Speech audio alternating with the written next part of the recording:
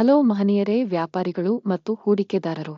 ಮಾಹಿತಿ ಮತ್ತು ವಿಶ್ಲೇಷಣಾತ್ಮಕ ಸೇವೆ ಸಂಪರ್ಕದಲ್ಲಿದೆ ಗುರು ಮಾರ್ಕೆಟ್ಸ್. ನಾವು ಕಂಪನಿಯ ಬಗ್ಗೆ ಸಾರಾಂಶ ಮಾಹಿತಿಯೊಂದಿಗೆ ಪ್ರಾರಂಭಿಸುತ್ತೇವೆ. ಅಗತ್ಯವಿದ್ದರೆ ನೀವು ವಿಡಿಯೋವನ್ನು ವಿರಾಮಗೊಳಿಸಬಹುದು.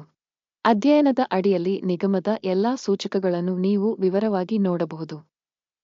ನಾವು ನಿಮ್ಮೊಂದಿಗೆ ಕಂಪನಿಯ ಮುಖ್ಯ ಸೂಚಕಗಳನ್ನು ಹೋಲಿಸುತ್ತೇವೆ. ಫಾರ್ಫರ್ಕ್ ಗ್ಲೋಬಲ್ ಪ್ಲಾಕ್ ಟೆಕ್ಕರ್ FRI. ಈ ವಿಮರ್ಶೆಯು ಮಾರ್ಚ್ 29, 2025 ರ ಮಾಹಿತಿಯನ್ನು ಆಧರಿಸಿದೆ. ವರ್ಗೀಕರಣದ ಪ್ರಕಾರ ಗುರು ಮಾರ್ಕೆಟ್ಸ್ ಸಂಘಟನೆ ಫಾರ್ಫರ್ಕ್ ಗ್ಲೋಬಲ್ ಪ್ಲಾಕ್ ಉಪವರ್ಗಕ್ಕೆ ಸೇರಿದೆ. ಕಲೆಕ್ಟಿವ್ ಫಾರ್ಮ್ 74 ಸಂಸ್ಥೆಗಳು ವಿಶ್ಲೇಷಣೆಯಲ್ಲಿ ಭಾಗವಹಿಸುತ್ತವೆ ಮತ್ತು ಇದು ಬಹಳ ಪ್ರಾತಿನಿಧಿಕವಾಗಿದೆ. ಈ ವಿಡಿಯೋದ ಕೊನೆಯಲ್ಲಿ ಆರ್ಡರ್ ಟೇಬಲ್ ಅನ್ನು ನೋಡಿ. ಅಧ್ಯಯನದಲ್ಲಿರುವ ಕಂಪನಿಯ ಫಲಿತಾಂಶ 10 ಅಂಕಗಳಲ್ಲಿ -7.5. ಉಪವರ್ಗಕ್ಕೆ ಸರಾಸರಿ ಫಲಿತಾಂಶ 1 ಪಾಯಿಂಟ್. ನೀವು ವಿಶಾಲವಾಗಿ ನೋಡಿದರೆ ಒಟ್ಟಾರೆಯಾಗಿ ಇಡೀ ಷೇರು ಮಾರುಕಟ್ಟೆಯಲ್ಲಿ ಸ್ಟಾಕ್ ಮಾರುಕಟ್ಟೆಯ ಸರಾಸರಿ ಸ್ಕೋರ್ 1.9 ಅಂಕಗಳು ಎಂದು ನೀವು ನೋಡಬಹುದು. ಕಂಪನಿಯ -7.5 ಅಂಕಗಳ ವಿರುದ್ಧ ಫಾರ್ಫರ್ಕ್ ಗ್ಲೋಬಲ್ ಕಂಪನಿಯ ಷೇರು ಬೆಲೆಯ ಚಲನೆಯನ್ನು ಹೋಲಿಸುವುದು. ಫಾರ್ಫರ್ಕ್ ಗ್ಲೋಬಲ್ ಮತ್ತು ಉಪವರ್ಗದ ಕಂಪನಿಗಳು. ನಾವು 12 ತಿಂಗಳ ಕಂಪನಿಯ ಷೇರುಗಳನ್ನು ನೋಡಬಹುದು. ಫಾರ್ಫರ್ಕ್ ಗ್ಲೋಬಲ್ ಪ್ಲಾಕ್ -17.2% ಬದಲಾವಣೆಯನ್ನು ತೋರಿಸಿದೆ. ಉಪವರ್ಗದಲ್ಲಿ ಬೆಲೆ ಡೈನಾಮಿಕ್ಸ್ ವಿರುದ್ಧ 0.4%. ಇದು ಸ್ಪಷ್ಟವಾಗಿ ಏನನ್ನೂ ಸೂಚಿಸುವುದಿಲ್ಲ, ಆದರೆ ನಾವು ಈ ಸತ್ಯವನ್ನು ಮನಸ್ಸಿನಲ್ಲಿಟ್ಟುಕೊಳ್ಳಬೇಕು. ಕಂಪನಿಯ ಮಾರುಕಟ್ಟೆ ಬಂಡವಾಳೀಕರಣ ಫಾರ್ಫರ್ಕ್ ಗ್ಲೋಬಲ್ $0.23 ಬಿಲಿಯನ್ ಆಗಿದೆ. $380 ಬಿಲಿಯನ್ ಉಪವರ್ಗದ ಮಾರುಕಟ್ಟೆ ಬಂಡವಾಳೀಕರಣದೊಂದಿಗೆ. ಫಾರ್ಫರ್ಕ್ ಗ್ಲೋಬಲ್ 0.06% ಪಾಲನ್ನು ಹೊಂದಿದೆ ಮತ್ತು ಉಪವರ್ಗದ ಅತ್ಯಂತ ಸಣ್ಣ ಕಂಪನಿಗಳಲ್ಲಿ ಒಂದಾಗಿದೆ. ಕಂಪನಿಯ ಬ್ಯಾಲೆನ್ಸ್ ಶೀಟ್ ಕ್ಯಾಪಿಟಲೈಸೇಷನ್ $0.1 ಬಿಲಿಯನ್ ಎಂದು ಅಂದಾಜಿಸಲಾಗಿದೆ. $189 ಶತಕೋಟಿಯ ಉಪವರ್ಗದ ಬಂಡವಾಳೀಕರಣದೊಂದಿಗೆ. ಫಾರ್ಫರ್ಕ್ ಗ್ಲೋಬಲ್ ಪ್ಲಾಕ್ 0.004% ಪಾಲನ್ನು ಹೊಂದಿದೆ. ಸ್ಟಾಕ್ ಎಕ್ಸ್ಚೇಂಜ್ ಮತ್ತು ಪುಸ್ತಕ ಮೌಲ್ಯದ ಷೇರುಗಳನ್ನು ಹೋಲಿಸಿದಾಗ ನಾವು ಈ ಕೆಳಗಿನವುಗಳನ್ನು ನೋಡುತ್ತೇವೆ. ಪಾಲು ಫಾರ್ಫರ್ಕ್ ಗ್ಲೋಬಲ್ ಪ್ಲಾಕ್ ಮಾರುಕಟ್ಟೆ ಬಂಡವಾಳೀಕರಣದ ಮೌಲ್ಯಮಾಪನದ ಸಂದರ್ಭದಲ್ಲಿ ಉಪವರ್ಗದಲ್ಲಿ 0.06%. ಪುಸ್ತಕದ ಮೌಲ್ಯವು 0.004%. ಇದು ಮಾರುಕಟ್ಟೆ ಬಂಡವಾಳೀಕರಣದ ಪಾಲುಗಿಂತ 93% ಕಡಿಮೆಯಾಗಿದೆ. ಸಂಸ್ಥೆಯ ಮಾರುಕಟ್ಟೆಯ ಪಾಲು ಮತ್ತು ಉಪವರ್ಗದ ಪುಸ್ತಕ ಮೌಲ್ಯದ ಮೌಲ್ಯಮಾಪನ ಕೆಟ್ಟದು, -1 ಪಾಯಿಂಟ್. ಅಧ್ಯಯನದ ಅಡಿಯಲ್ಲಿ ಸಂಸ್ಥೆಯ ಸಾಲದ ಬಾಧ್ಯತೆಗಳು $0.15 2 ಬಿಲಿಯನ್ ಆಗಿದೆ. ಪುಸ್ತಕ ಬಂಡವಾಳೀಕರಣದ ಸಾಲವು ಕಂಪನಿಯ ಬಂಡವಾಳದ 520%. ಕಂಪನಿಯ ಸಾಲದ ಬಾಧ್ಯತೆಗಳ ರೇಟಿಂಗ್ ತುಂಬಾ ಕೆಟ್ಟದು, -2 ಅಂಕಗಳು. ಕಂಪನಿಯ ಷೇರು ಮಾರುಕಟ್ಟೆ ಮೌಲ್ಯದ ಸಮತೋಲನವು ಅದರ ಲಾಭಕ್ಕೆ 0 ಆಗಿದೆ. ಉಪವರ್ಗದ ಸರಾಸರಿಯು 24.2 ಆಗಿದೆ. ಇದು ಉಪವರ್ಗದ ಸರಾಸರಿಗಿಂತ ಗಮನಾರ್ಹವಾಗಿ ಕೆಟ್ಟದಾಗಿದೆ.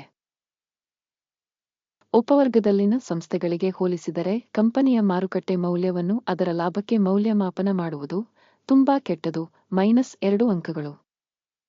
ಕಳೆದ 12 ತಿಂಗಳ ಲಾಭ $17 ಮಿಲಿಯನ್. ಮುಂದಿನ 12 ತಿಂಗಳ ಭವಿಷ್ಯದ ಗಳಿಕೆಗಳು ತಿಳಿದಿಲ್ಲ. ಕಂಪನಿಯ ಬೆಲೆಗೆ ಇದು ತುಂಬಾ ಕೆಟ್ಟದಾಗಿದೆ.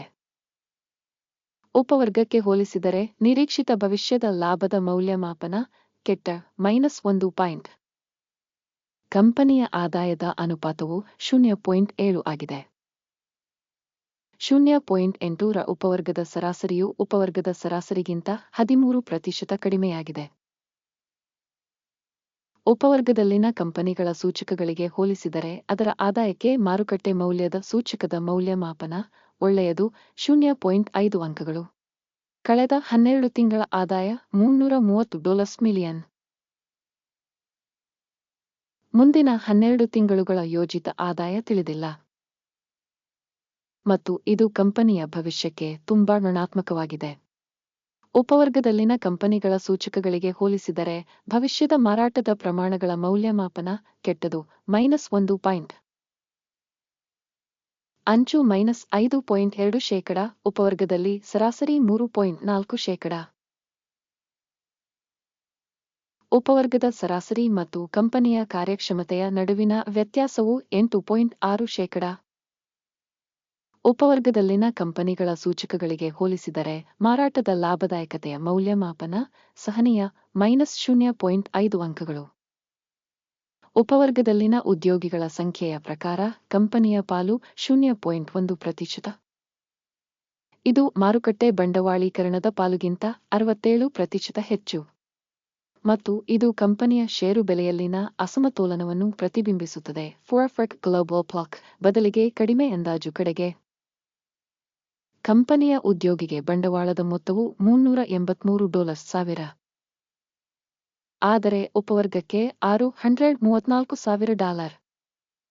ಉಪವರ್ಗದ ಸರಾಸರಿ ಮತ್ತು ಸಂಸ್ಥೆಯ ಸೂಚಕಗಳ ನಡುವಿನ ವ್ಯತ್ಯಾಸವು 39.6%. ಉಪವರ್ಗದಲ್ಲಿನ ಸೂಚಕಗಳಿಗೆ ಹೋಲಿಸಿದರೆ ಪ್ರತಿ ಉದ್ಯೋಗಿಗೆ ಮಾರುಕಟ್ಟೆ ಬಂಡವಾಳದ ಪರಿಮಾಣದ ಮೌಲ್ಯಮಾಪನ ಒಳ್ಳೆಯದು 0.5 ಅಂಕಗಳು. ಕಂಪನಿಯ ಪ್ರತಿ ಉದ್ಯೋಗಿಗೆ ಲಾಭದ ಮೊತ್ತವು $28,000 ಆಗಿದೆ. ಉಪವರ್ಗದ ಸರಾಸರಿಯೊಂದಿಗೆ $26,100.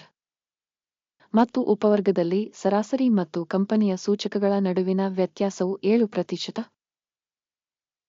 ಉಪವರ್ಗದಲ್ಲಿನ ಕಂಪನಿಗಳ ಸೂಚಕಗಳಿಗೆ ಹೋಲಿಸಿದರೆ ಪ್ರತಿ ಉದ್ಯೋಗಿಗೆ ಲಾಭದ ಮೌಲ್ಯಮಾಪನ ಸಹನೀಯ -0.5 ಅಂಕಗಳು. ಸಂಸ್ಥೆಯ ಪ್ರತಿ ಉದ್ಯೋಗಿಗೆ ಆದಾಯದ ಪ್ರಮಾಣ $542,000. ಉಪವರ್ಗದ ಮೂಲಕ $766,000. ಉಪವರ್ಗದ ಸರಾಸರಿ ಮತ್ತು ಕಂಪನಿಯ ಕಾರ್ಯಕ್ಷಮತೆಯ ನಡುವಿನ ವ್ಯತ್ಯಾಸವು 41%. ಉಪವರ್ಗದಲ್ಲಿನ ಸೂಚಕಗಳಿಗೆ ಹೋಲಿಸಿದರೆ ಪ್ರತಿ ಉದ್ಯೋಗಿಗೆ ಆದಾಯದ ಪಾಲಿನ ಅಂದಾಜು ಸಹನೀಯ -0.5 ಅಂಕಗಳು. 2.9% ಉಪವರ್ಗದ ಸರಾಸರಿಯೊಂದಿಗೆ ಷೇರುಗಳು 5.8%ಕ್ಕೆ ಅನುಗುಣವಾಗಿರುತ್ತವೆ. ಇದು ಸಣ್ಣ ಸ್ಕ್ವೀಸ್ ಅಪಾಯ ಸೂಚಕವಾಗಿದೆ. ಸೂಚಕ RSI 14 ಕಂಪನಿಗೆ 40% ಮಟ್ಟವನ್ನು ತೋರಿಸುತ್ತದೆ ಫಾರ್ಫರ್ಕ್ ಗ್ಲೋಬಲ್ ಪ್ಲಾಕ್. ಆದರೆ ಉಪವರ್ಗದಲ್ಲಿ ಈ ಮಟ್ಟವು 47%. ಸರಾಸರಿಯಾಗಿ ಉಪವರ್ಗದ ಸೆಕ್ಯುರಿಟಿಗಳು ಕಂಪನಿಗಿಂತ ಹೆಚ್ಚಿನ ಮೌಲ್ಯವನ್ನು ಹೊಂದಿವೆ ಫಾರ್ಫರ್ಕ್ ಗ್ಲೋಬಲ್ ಪ್ಲಾಕ್. ಕಂಪನಿಯ ನಿಜವಾದ ಷೇರು ಬೆಲೆ ಸುಮಾರು $8.53 ಆಗಿದೆ. ಕಂಪನಿಯ ಷೇರುಗಳ ಒಮ್ಮತದ ಮೌಲ್ಯಮಾಪನದ ಮುನ್ಸೂಚನೆ ತಿಳಿದಿಲ್ಲ. ನಿಜವಾದ ಮೌಲ್ಯಮಾಪನ ಮತ್ತು ಒಮ್ಮತದ ಮುನ್ಸೂಚನೆಯ ಡೈನಾಮಿಕ್ಸ್ ತಿಳಿದಿಲ್ಲ. ಆರ್ಡರ್ಗಳ ಟೇಬಲ್ ಅನ್ನು ನೋಡೋಣ. ಅದು ಎಲ್ಲರಿಗೂ ಲಭ್ಯವಿದೆ. ಲಿಂಕ್ ಪಿನ್ ಮಾಡಿದ ಕಾಮೆಂಟ್ನಲ್ಲಿದೆ.